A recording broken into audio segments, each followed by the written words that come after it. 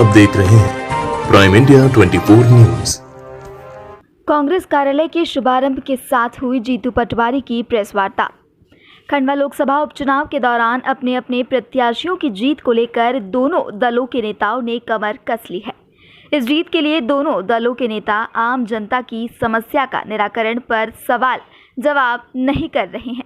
केवल वोट की राजनीति के लिए दोनों पार्टी के नेता एक दूसरे की कार्यशैली पर आरोप प्रत्यारोप करते नजर आ रहे हैं। कभी भाजपा तो कभी कांग्रेस के दिग्गज नेता बड़वाह विधानसभा में आकर केवल अपने भाषण से मतदाता को लुभाने का काम कर रहे हैं, जिनके पास क्षेत्र के विकास और आम जनता की समस्याओं के सवाल पर कोई संतुष्टिजनक जवाब नहीं है। दरअसल खरगोन जिले के बड़वाह में शनिवार दोपहर 12 बजे पूर्व मंत्री जीतू पटवारी एवं विधायक विशाल पटेल ने फीता काटकर कांग्रेस कार्यालय का शुभारंभ किया, जहां भारी संख्या में कांग्रेस नेता और कार्यकर्ता सहित यूथ कांग्रेस के युवा उपस्थित हुए। इस अवसर पर जीतू पटवारी ने प्रधानमंत्री नरेंद्र मोदी की रीति नीति पर कई आरोप लगाए, जबकि विधायक विशाल पटेल ने कांग्रेस प्रत्याशी राजनारायण सिंह को भारी मतों से आशीर्वाद देने की बात कही।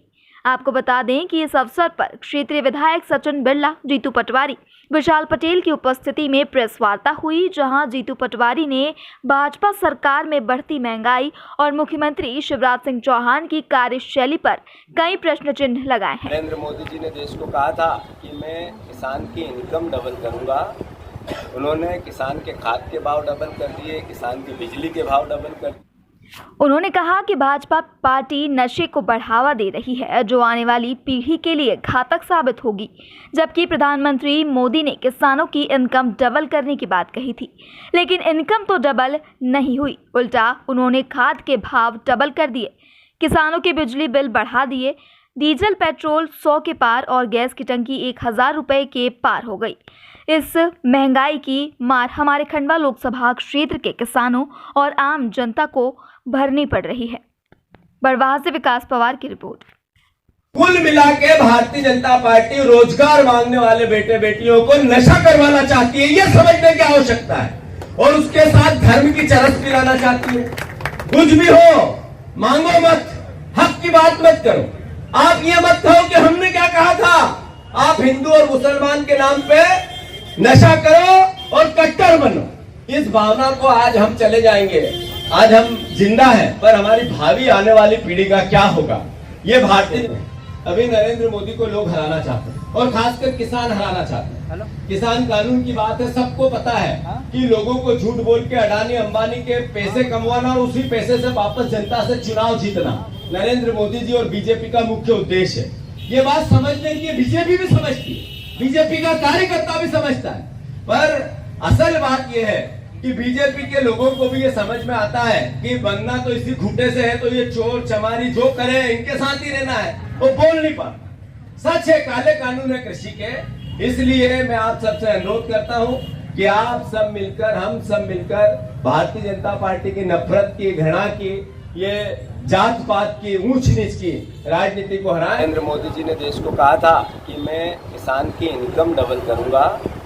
उन्होंने किसान के खाद के भाव डबल कर दिए, किसान की बिजली के भाव डबल कर दिए, किसान की लागत डबल कर दी, अलग अलग तरीके से मैं मानता हूं, और ऊपर से 3 काले कानून लेके आ गए। इसका सीधा असर हमारे खासकर खंडवा लोकसभा के आम किसान पर पड़ने जा रहा है। मैं मानता हूं ऐसी स्थिति में महंगाई की क्या हालात हैं, गरीब आदमी कैसे जिए। 200 रुपये खाने का तेल हो गया, पेट्रोल डीजल 100 के पार हो गए, गैस की टंकी 1000 के ऊपर हो गई।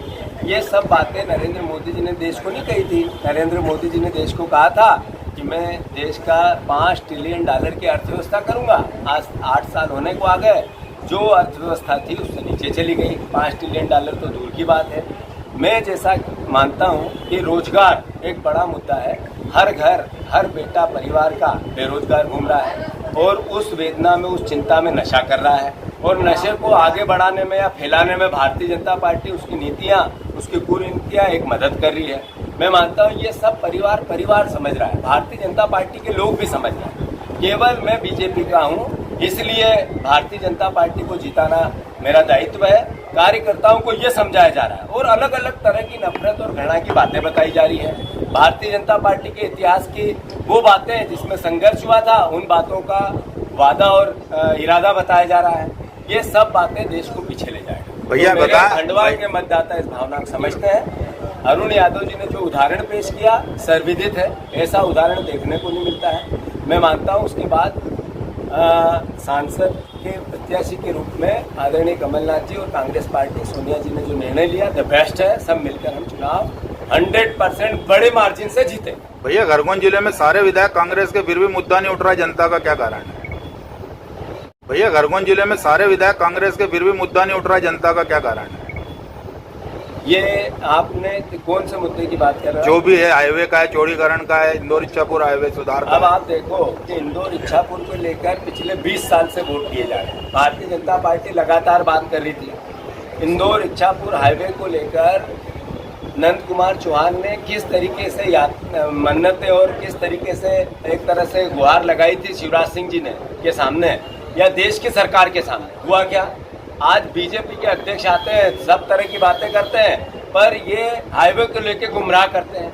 मैं मानता हूं कि आज इंदौर और निमाड़ का या इंदौर जैसे आर्थिक राजधानी को निमाड़ से जोड़ने की एक जो सबसे महत्वपूर्ण भाव था, सुभाष यादव ने सपना देखा था, वो सपना आज तक पूरा नहीं हुआ। इसके क्या कारण है? ये सब प्रश्न है और मैं मानता हूँ हमारे विधायक विधानसभा में इस बात को उठाते हैं। सचिन बिरला जी ने भी कई बार प्रश्न पूछा और भी विधायकों ने पूछा, पर भारतीय जनता पार्टी लोकतंत्र की हत्या करने पे तुली है।